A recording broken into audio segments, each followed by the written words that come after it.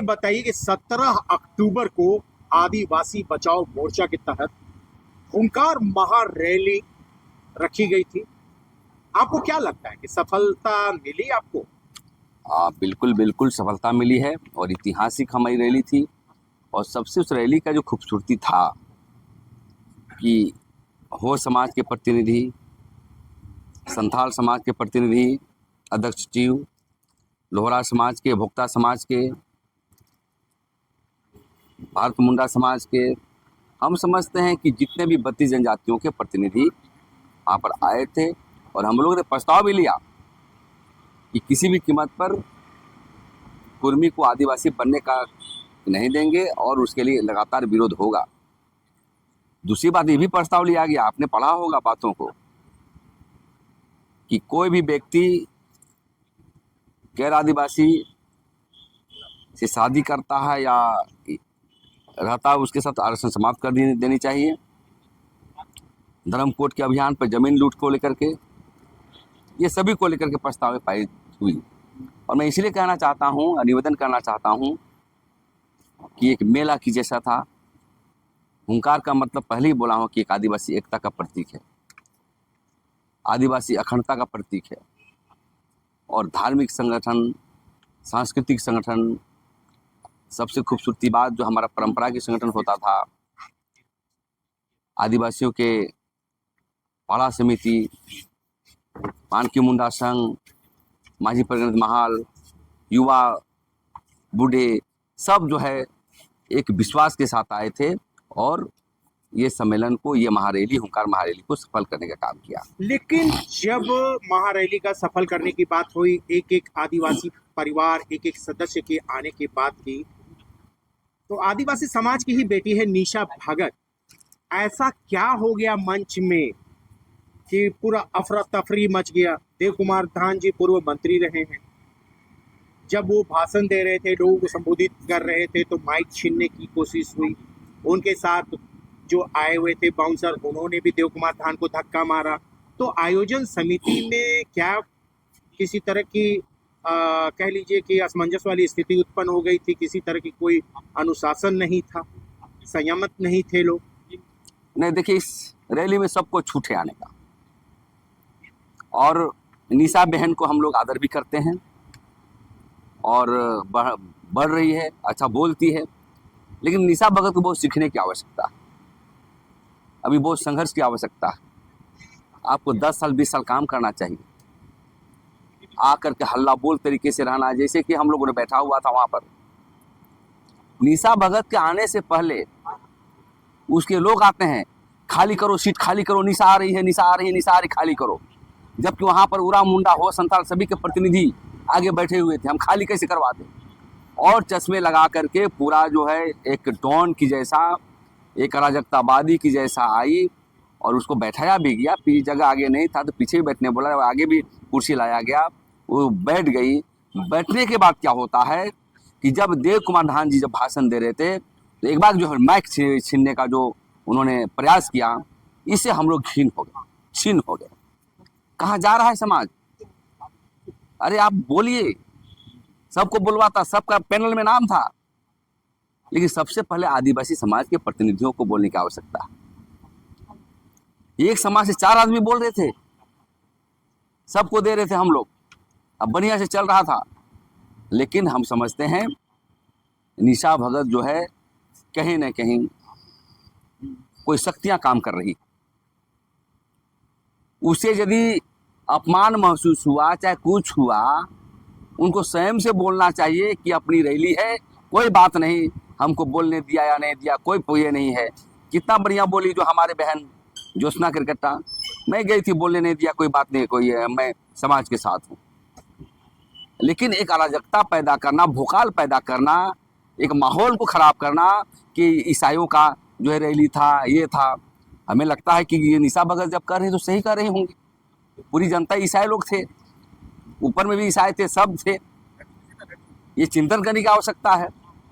लेकिन आप जो है आदिवासी रैली पर एक ईसाई द्वारा प्रायोजित रैली कहना, ये दुर्भाग्यपूर्ण है। मैं यही कहना चाहता हूँ निशा बहन जी से कि आप संयम रखें, और जो भी महिलाएं हैं, पुरुष हैं, युवा खासकर, अपने जो पूर्वज हैं, पुरखा हैं, उनका आदर करें, अन्यथा मुंह खानी पड़ेगी। ये मंच न मेरा है, न आपका है, न पार्टी संगठन का है, न ऑर्गेनाइजेशन का है। सो तो स्फूर्त आई थी और कोई 10-20 ला रहा था, कोई 20। बहुत अच्छे अच्छे लोगों को बोलने नहीं मिला गया, बहुत अच्छे लोगों को बोलने नहीं मिला गया समय के अभाव से। फिर भी 2-2 मिनट, 2-2 मिनट, लेकिन आप बोलने के लिए, आप एक लीडरशिप पैदा करने के लिए आप इस तरह का जो माहौल खड़ा कर रहे हैं, ये आदिवासी समाज बर्दाश्त नहीं करेगी। और आपने कहा है कि सब दलाल लोग बैठे हुए हैं। भाई दलाल किसको कह रहे हैं? आप जो पार्टी, आपकी जो ऑर्गेनाइजेशन है केंद्रीय सरना समिति, अकेले अध्यक्ष कौन है? फूलचंद तिर्की। उसका भाई है महासचिव। महिला मोर्चा की अध्यक्ष निशा भगत, और निशा भगत के पिताजी हैं जिला अध्यक्ष गुमला के। मतलब परिवारवादी ये है। और सरना समिति कितने हैं जी? कई ग्रुप में बटे हुए हैं। वो पार्टी संगठन में है। जब हम बता देना चाहता हूं, 2017 में हम लोग पूरा संघर्ष कर रहे थे, गोलियां चल रही थी CNT एक्ट आंदोलन में। उसमें मुख्यमंत्री थे रघुवर दास, हमारे अब्राहम मुंडू को गोली लग गई थी।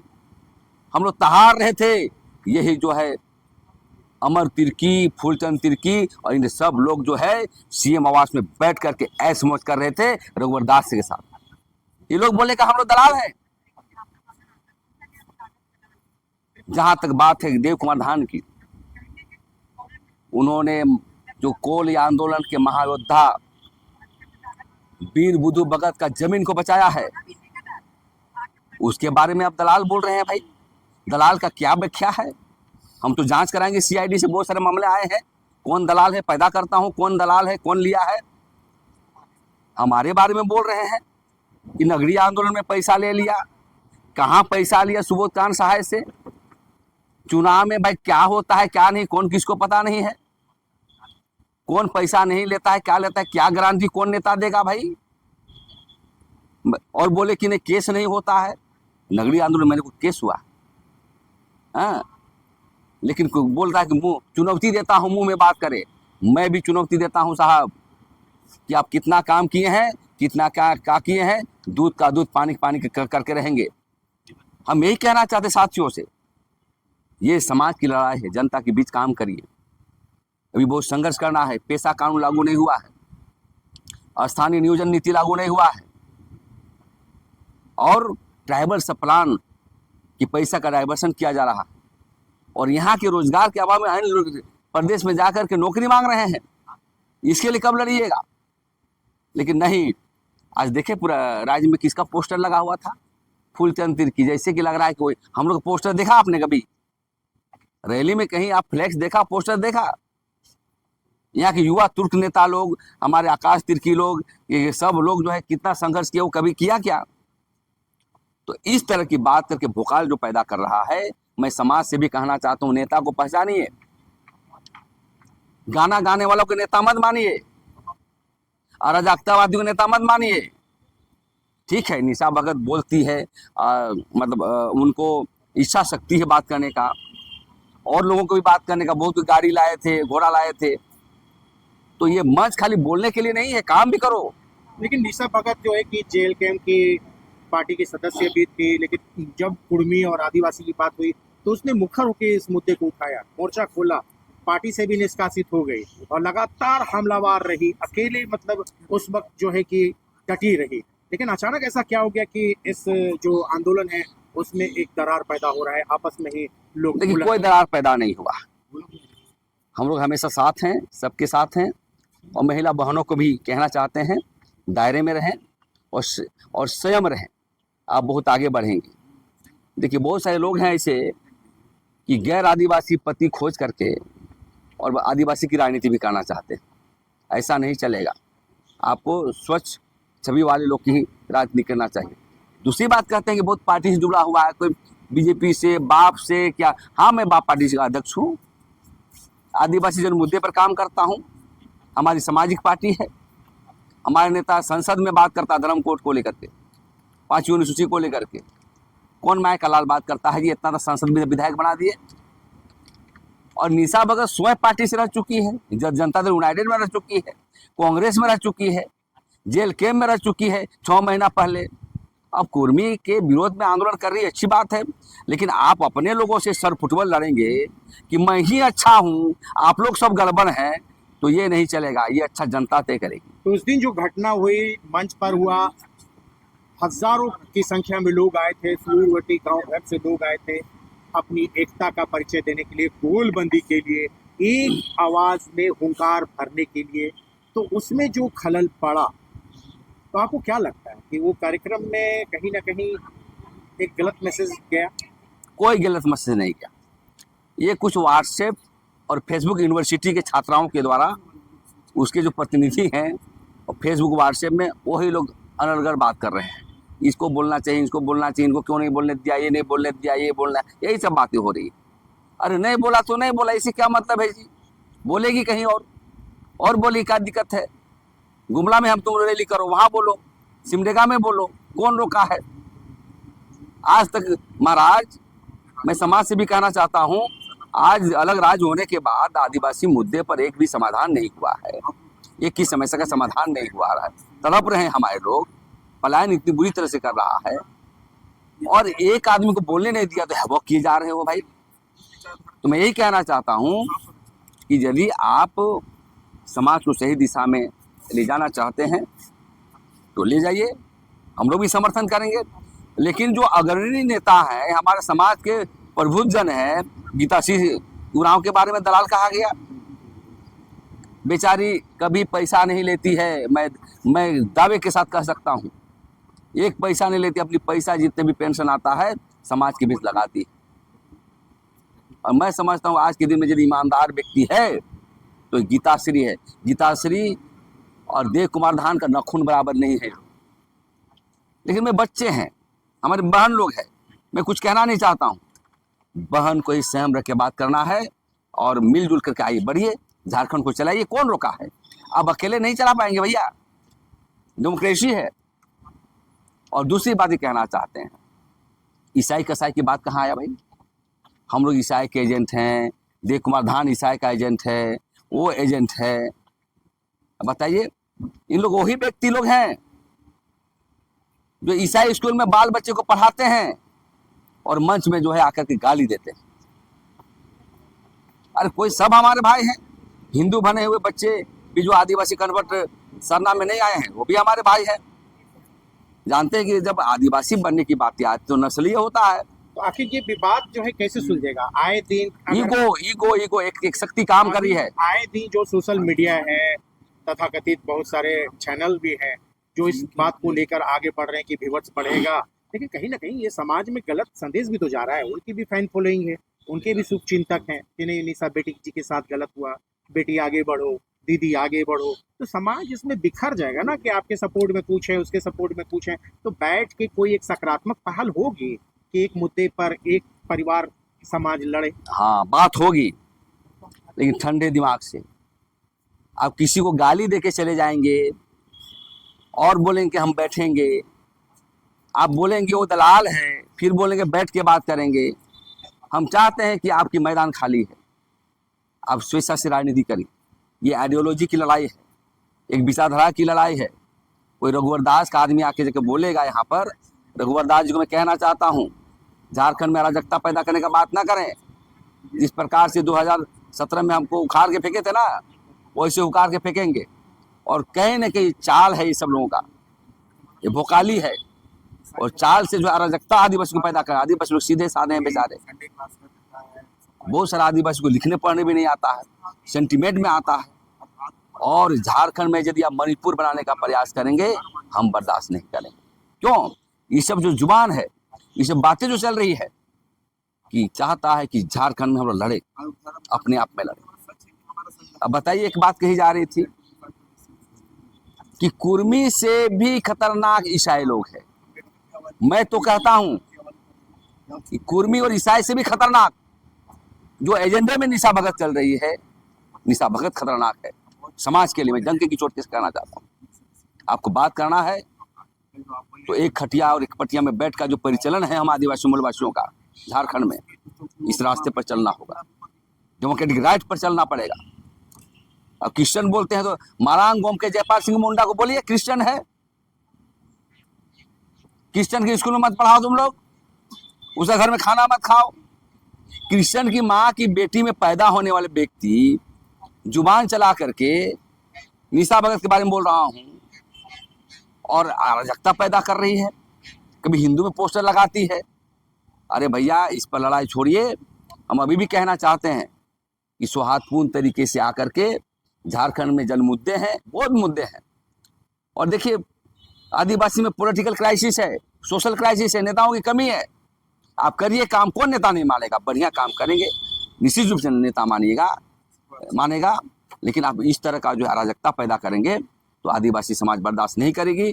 मंच में जो आपने जो करतूत किया है, भोकाली किया है, और आगे रो में कौन बैठे हुए थे, मुंडा समाज हो, समाज संतान सब प्रतिनिधि, उसको आप खड़ा कर रहे हैं तो आप समाज से बड़े नहीं है। समाज के दायरे में करना पड़ेगा। और हमारी जो महिलाओं का संस्कार वैसा नहीं होता है निशा भगत जैसे।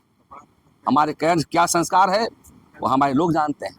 और इसलिए मैं कहना चाहता हूँ कि अभी भी वक्त है कि आप जो है मिल बैठ करके समाधान करते हुए समाज को आगे बढ़ाइए, अन्यथा ऐसे लोगों को हम लोग को भी आता है कि क्या करना है। 17 तारीख की जो आदिवासी हुंकार महारैली हुई थी, उसकी सफलता का श्रेय किसको दें? किससे कहना चाहेंगे कि धन्यवाद कि हाँ हम लोगों ने आज हुंकार भरी एक आवाज? देखिए, मैं हुंकार रैली में जितने भी लोग आए हुए थे आदिवासी समाज के लोग, और एक कॉल में जो हम लोगों ने ऐलान किया था आदिवासी मोर्चा के तत्वाधान में, इसका पूरा श्रेय समाज को जाता है। और समाज से अपील करना चाहते हैं कि तर्क करिए और विवेचना करिए, चिंतन करिए और आदिवासी को विश्वास बनाए रखिए। और ये हमारा रैली नहीं था, ये आपकी रैली थी, समाज की रैली थी। समाज को ऐसे ही जो भी आंदोलन हो, आज हमला हो रहा है कुर्मी समाज के नेताओं के द्वारा, कल पेशा कानून के लेकर है, जमीन लूट को लेकर है, स्थानीय नियोजन नीति को लेकर है, कल जो भी आंदोलन हो मिल बैठ करके करना चाहिए। यही जो है हमारा संदेश होगा अपने समाज। आखिरी सवाल यही कि जो उस दिन घटना घटी, जिस तरह से अफरा तफरी मची, जिस तरह से अनुशासन तोड़ा गया, उसको लेकर क्या कोई समीक्षा बैठक होगी? क्या निशा भगत पर कोई कार्रवाई करेंगे या उसको चेतावनी देंगे या फिर वो किसी मंच को साझा करेंगे साथ? देखिए हम लोग समीक्षा करेंगे और निशा भगत को कार्रवाई या किसी भगत को कार्रवाई के पक्ष सब हमारी बहन है, सब हमारे लोग हैं। हम क्या कार्रवाई करेंगे? आप सुधार करिए, कार्रवाई करने की आवश्यकता नहीं है। बच्चे कोई गलत कर देगा तो उसकी कार्रवाई क्या करेंगे? हम यही संदेश देना चाहते हैं कि आप सही रास्ते में चलिए, सही सिद्धांत में चलिए और झारखंड को जलने से रोकिए। जुबान पर लगाम लगाइए और बड़ों का आदर करिए। हमारे बड़ा भाई भगवान जैसे होते हैं, गार्जियन को हम लोग बाबा बोलते हैं।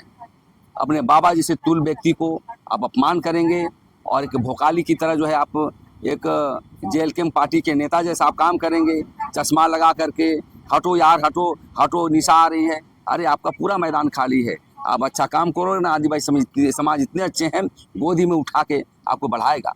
कार्तिक उरांव जैसे लोगों को बढ़ाया, हमारे मारांग गोम के जयपाल सिंह मुंडा जैसे लोगों को बढ़ाया। तो इसलिए मैं कहना चाहता हूँ कि मंच में जो हुई, मैं इसके लिए क्षमा चाहता हूँ पूरे समाज के लोग। और आने वाला समय में आप किसी को बोलने न मिले, हमें भी बुलाइए, मत बोलने दीजिए, हमें कोई दर्द नहीं है।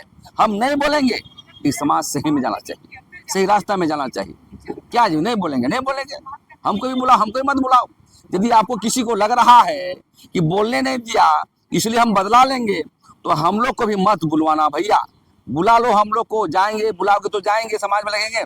लेकिन नहीं बुलवाओगे, यदि ऐसा ही तुमको लगता है कि नहीं बोलने दिया वो बहुत वक्ता लोगों को, इसलिए जो है रैली ठीक नहीं है, तो ऐसे रास्ते में मत चलिए। आदिवासी समाज बहुत खतरा में है। मैं बता देना चाहता हूँ, यदि इस बार एकता नहीं बनाओगे ना तो पूरी तरह से नाश हो जाए।